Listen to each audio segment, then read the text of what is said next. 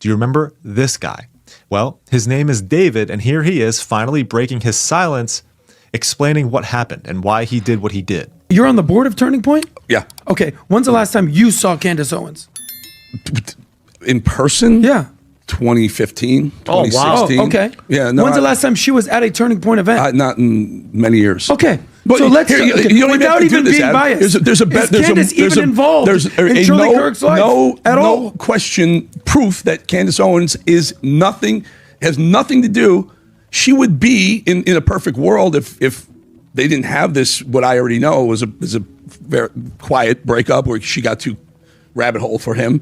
She would be the logical heir to the TPUSA throne, but she's and not. Now she's not even invited. Correct. So this is so their divide is. Wait a minute, not invited meaning she's not even there. Yeah, she's not there. One of the names that you don't think she'll be at the funeral? No. That's I mean, not the funeral. The heir to the TPUSA throne. She doesn't speak at the events anymore. I mean, so he said, or alluded to the fact that he was currently on the Turning Point USA board, not a past or honorary board member.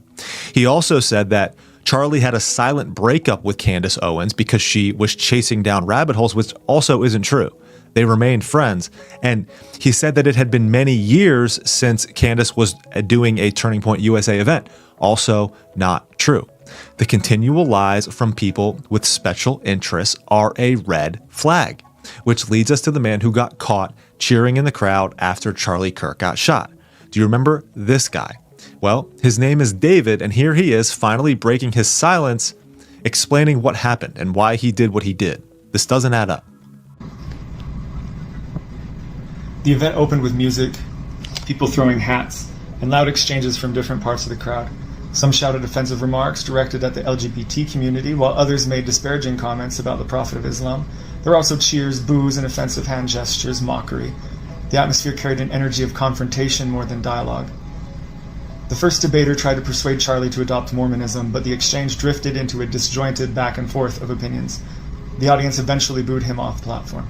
Another speaker raised the idea of restricting gun rights for transgender individuals. Citing Donald Trump as an influence, he began to reference statistics and posed a question.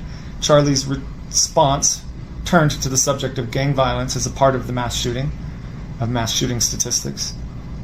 At that point, I did not see what happened directly. My head was lowered while I listened. When I heard a sharp crack, at first I thought it might have been fireworks or a disruptive prank, so I looked up to the horizon for smoke.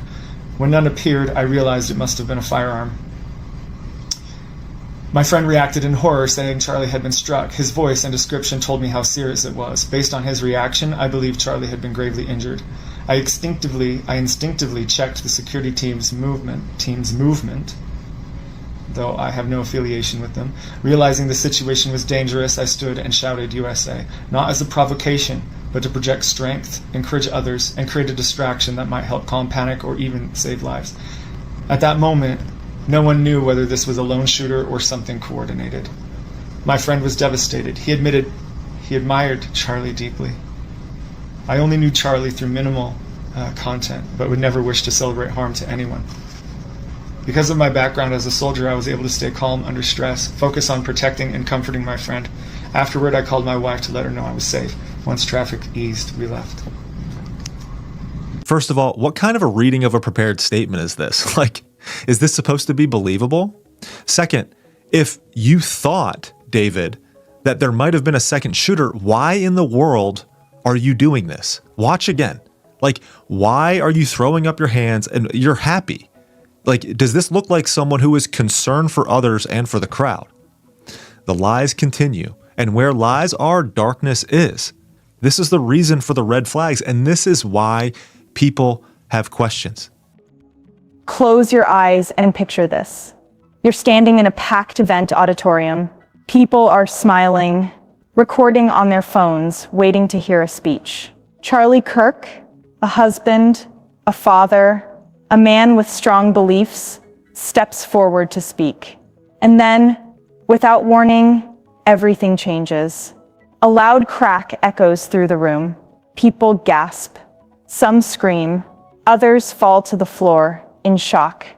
But in the middle of all the panic, one man does the complete opposite of what you would expect. He cheers. While Charlie Kirk was fighting for his life, while Tyler Robinson, The young man, later identified in connection to the attack, becomes the center of national outrage. One man in that crowd raises his arms and celebrates. That moment, just a few seconds long, spread across the internet faster than any official report. Millions saw it. Millions judged it. Some were angry. Some were confused. Others asked only one question: what kind of person cheers during a tragedy? Days later, that same man shared a video publicly. He claimed he wasn't praising violence. He said his chant was meant to distract the crowd, not encourage what had happened.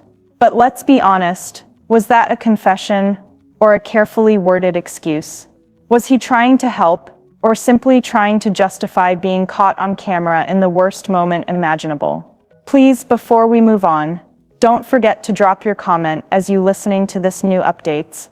We would definitely respond to all comment. We will be glad to hear your feedbacks on this report.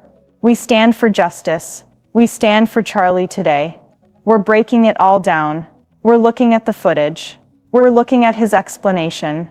We're asking the questions most people are afraid to ask. When a man cheers while another lies wounded, is that just bad timing?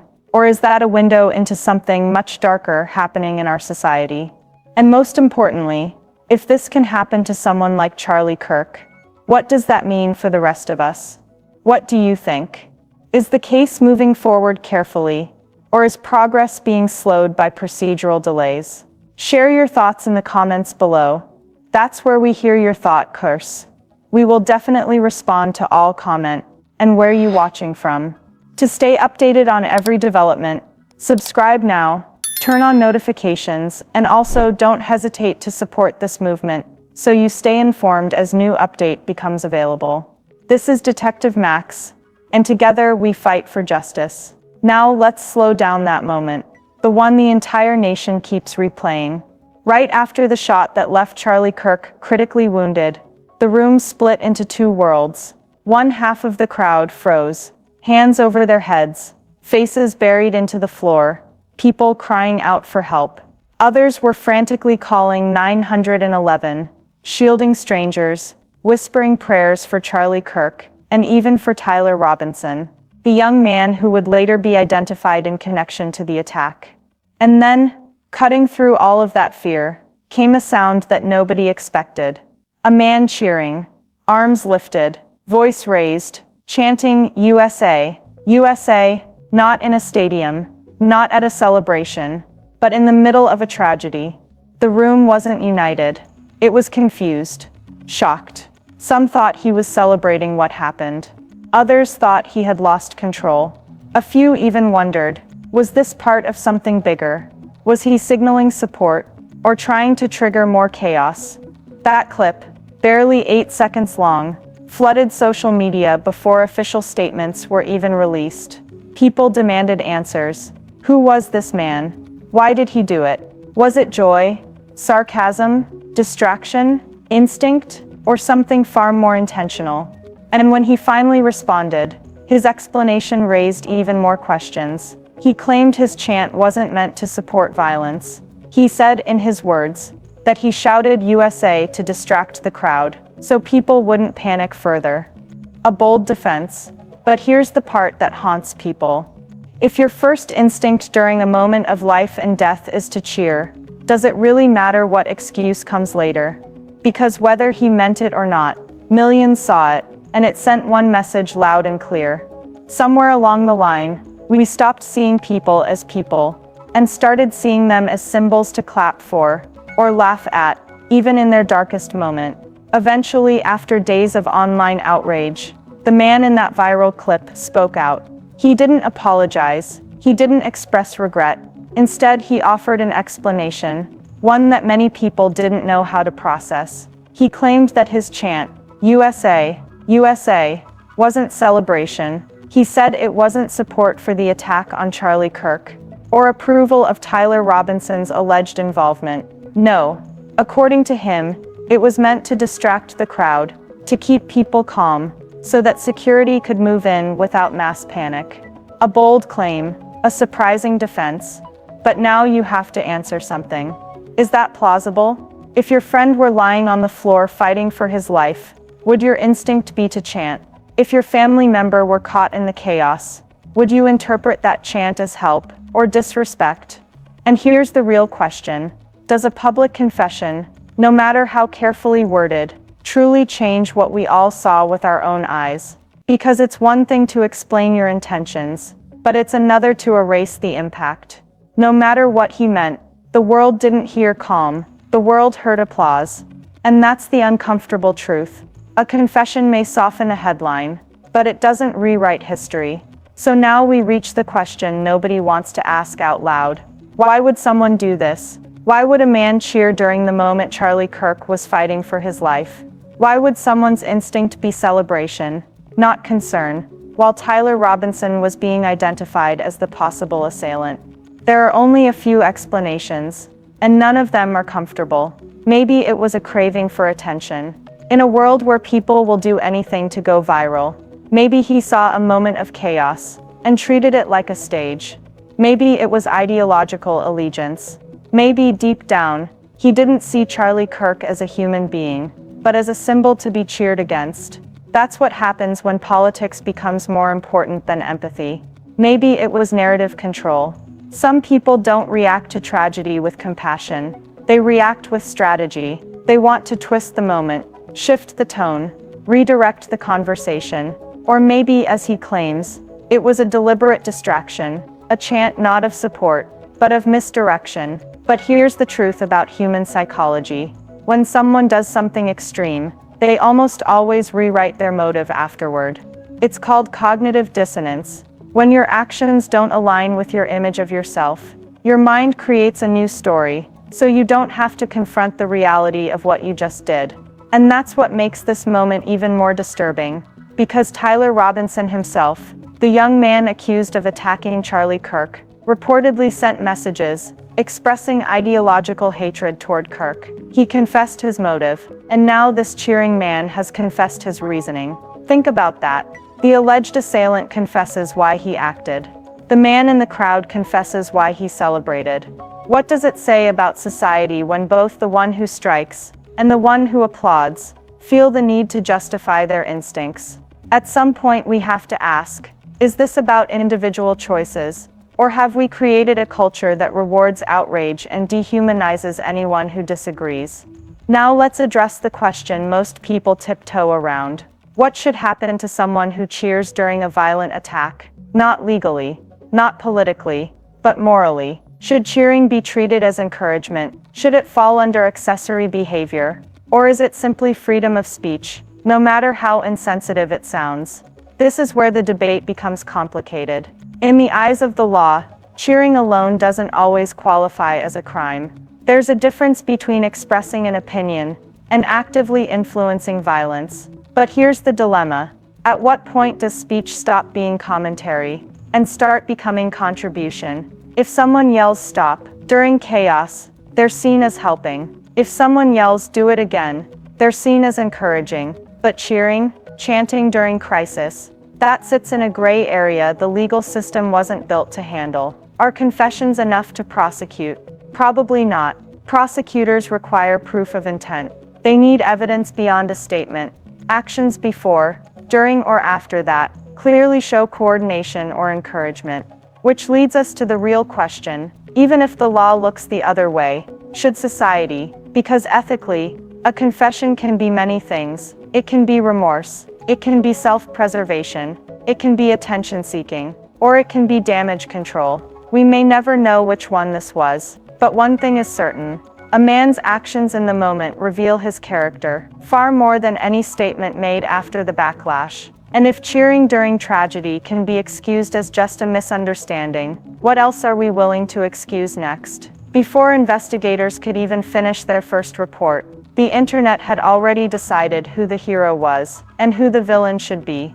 Viral clips replaced verified facts. Screenshots became testimonies. And suddenly Charlie Kirk's final moments and Tyler Robinson's future weren't treated like human lives. They were turned into hashtags, trophies, and talking points for whichever side could shout the loudest. People rushed to assign halos and horns based not on actions but on political identity. If you agreed with one side, you were labeled patriot. If you questioned anything, you were labeled traitor. But since when did asking for the truth become controversial? Online confessions, whether real, staged, or manipulated, were shared like collectibles. But let's be honest, a confession posted online can be propaganda. It can be deflection to derail an investigation. It can be manipulation to sway public emotion. So here's the uncomfortable question. Are we seeking justice, or are we letting algorithms decide guilt? Because every time we share a clip without context, every time we quote a line without fact-checking,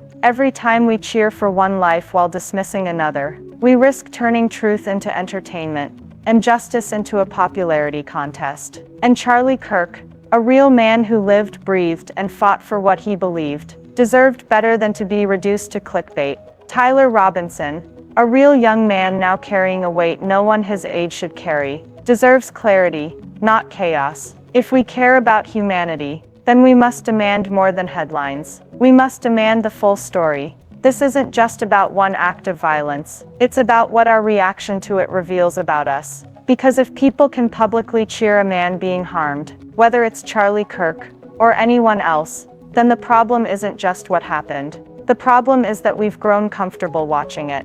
We've reached a point where political disagreement isn't just disagreement anymore. It's war. And once someone is placed on the other side, their humanity becomes optional. That's how violence becomes rationalized. How could they support that person? Becomes, well, maybe they deserved it. When did we start believing that someone's beliefs determine whether their life has value? And let's talk about crowd mentality. Behind anonymous usernames and profile pictures, people type things they would never dare say in person. One bold comment becomes 2, 10 become 100. Suddenly cruelty isn't shocking, it's trendy. But anonymity doesn't erase responsibility. A mob chanting behind screens is still a mob. Then there's trust, or rather the lack of it. People don't trust the government. They don't trust law enforcement. They don't trust the media. So instead of waiting for verified answers, they build their own, fueled by emotion, speculation, and selective evidence. But justice built on bias is not justice, it's vengeance. If Charlie Kirk's death, if Tyler Robinson's involvement has shown us anything, it's that society is standing at a crossroads. Are we going to keep playing team versus team, celebrating when the opponent falls? Or are we finally going to say no human being, no matter their beliefs, deserves to become entertainment for the crowd? Because if we can't agree on that, then maybe the real crisis isn't in our legal system. Maybe it's in our hearts. At the end of the day, a confession may let a person explain their side, but it doesn't erase the moment that came before it. It doesn't undo the impact. It doesn't soften the pain. It doesn't change that Charlie Kirk is gone, and Tyler Robinson is forever tied to that moment. So before we as a society rush to judge, or worse, rush to cheer, let's ask ourselves one honest question. Are we reacting to the truth, or are we reacting to the angle we were shown? Because the next time you see a viral clip, before you repost it, mock it, or side with it, pause, ask yourself, what's missing from this frame? Who benefits from me reacting instantly, instead of understanding fully? Was this clip shared to inform me, or to influence me? Because violence doesn't just happen in the moment it occurs. Violence continues every time it is turned into a spectacle, every time pain becomes content. So here's the question we must leave with. When violence becomes a show, who is truly in control? The one committing the act, or the ones consuming it? And more importantly, how do we reclaim responsibility? Not just as a justice system, not just as media, but as human beings. Because if we can't even agree that no life should be reduced to a meme, then we haven't just lost Charlie Kirk. We've lost our sense of humanity.